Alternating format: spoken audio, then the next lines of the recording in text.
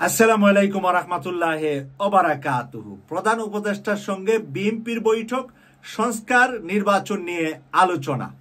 সংস্কার এবং নির্বাচন নিয়ে আলোচনা করেছেন বিএনপির মহাসচিব সহ ৩ জন প্রতিনিধি এবং প্রধান উপদেষ্টার সাথে ছিলেন আরো 2 জন উপদেষ্টা।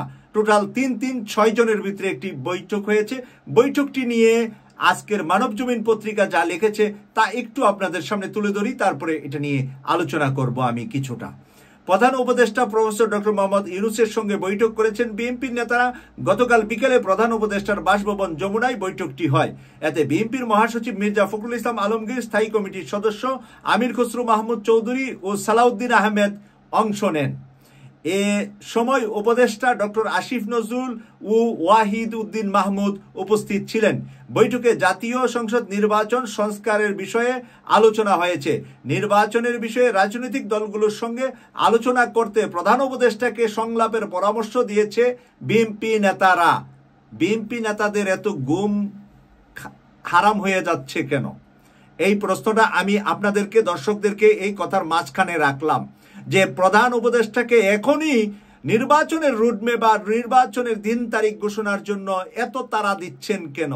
বিএনপি কি এবারের বিজয়ে অংশগ্রহণকারী বিজয়ী হিসাবে বলতে পারবে, না জামাত নিজেকে বলতে পারবে যে আমরা এবার বিজয় করেছি? এবার বিজয় করেছে আমাদের সন্তানরা, আমাদের ছাত্ররা।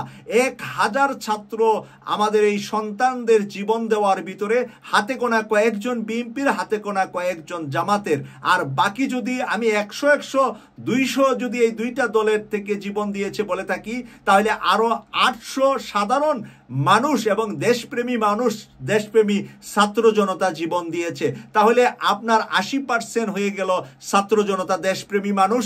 ওই 80% মানুষের প্রতিনিধিত্ব করার জন্য 2 জন উপদেষ্টা অলরেডি আমাদের উপদেষ্টা পরিষদে আছে।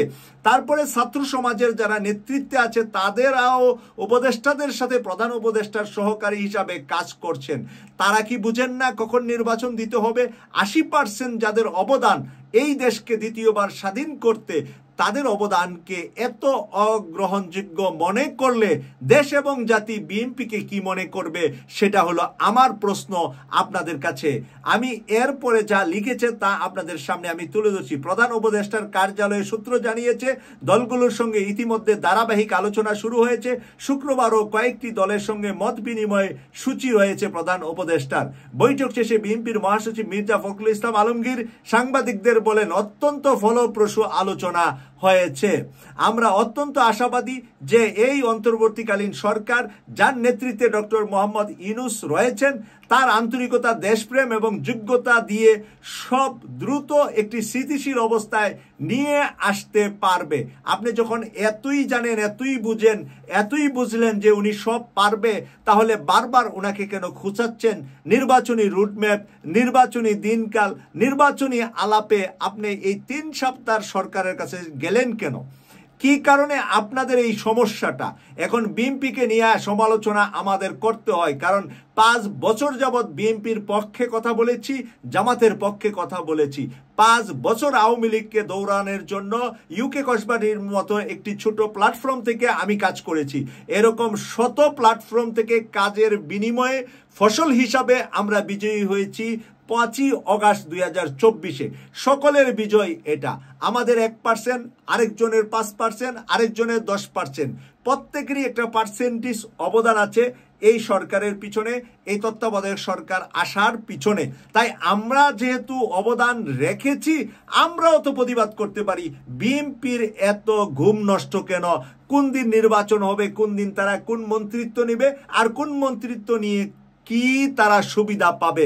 আমাদের 21 জন যে উপদেষ্টা আছে, তারা কি আমাদের দেশের উন্নয়ন করতেছে না ক্ষতি করতেছে? এখন 21 জনের ভিতরে কি আমাদের দেশ ভালো চলতেছে না?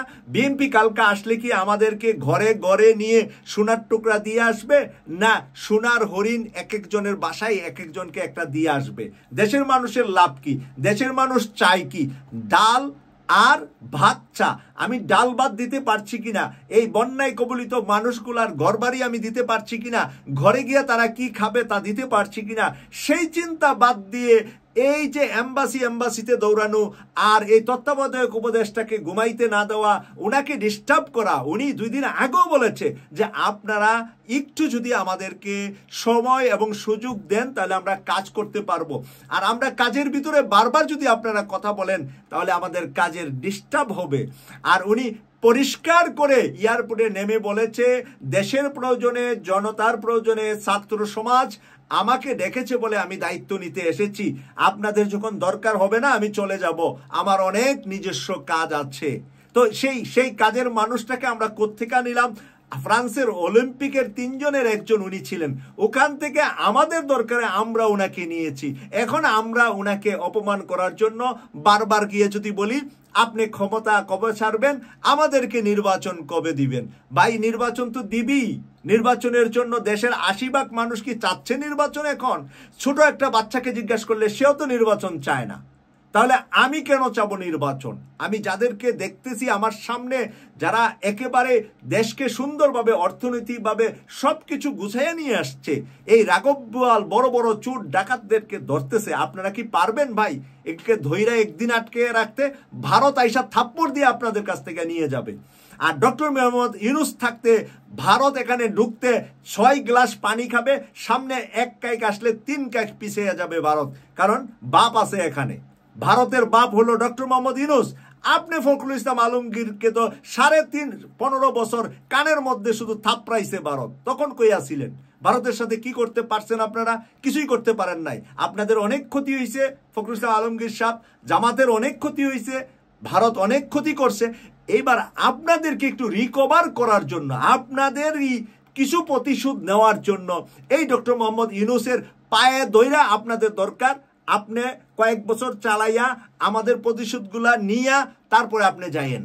এই কথাটা বলাটা হবে কৃতজ্ঞতা, যোগ্যতা, বিবেক, বুদ্ধি এবং বুদ্ধিমানের সাথে বাংলাদেশ পরিচালনা করা। আমি যদি কোনো ভুল কথা বলে থাকি, আমার প্রিয় সকল দর্শক শ্রোতা ভাই বোনদেরকে বলবো আমার ভুলটা আপনারা কমেন্টস করে লিখবেন। আপনারা যদি আমার ভুল বেশি লিখতে পারেন আপনাদেরকে আমি ধন্যবাদ দেবো, ওখানে আমি লাভ চিহ্ন দেবো যারা ভুল লিখবেন। এবং আপনারা সঠিক যেটা আমি বলেছি সেটা সঠিক লিখবেন, ভুল যেটা বলেছি সেটা ভুল লিখবেন। আমি চাই বাংলাদেশের এই অন্তর্বর্তীকালীন সরকার মিনিমাম 2-3 বছর থাকবে, তারপরে সাদাকে সাদা, কালোকে কালো, পানিকে পানি, দুধকে দুধ আমাদেরকে পরিষ্কার করে দিয়ে নির্বাচন দিয়ে তারা চলে যাবে। হয়তো জামাত ক্ষমতায় আসবে, বিএনপি বিরোধী দলে বসবে, হয়তো বিএনপি ক্ষমতায় আসবে, জামাত বিরোধী দলে আসবে।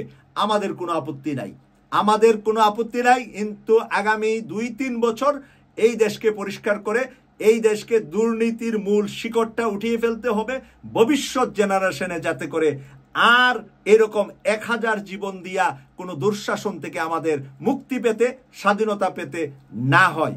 এই প্রত্যাশা রেখে বিদায় নিলাম। আমি সৈয়দ মাসুক, লন্ডন থেকে। আল্লাহ হাফেজ।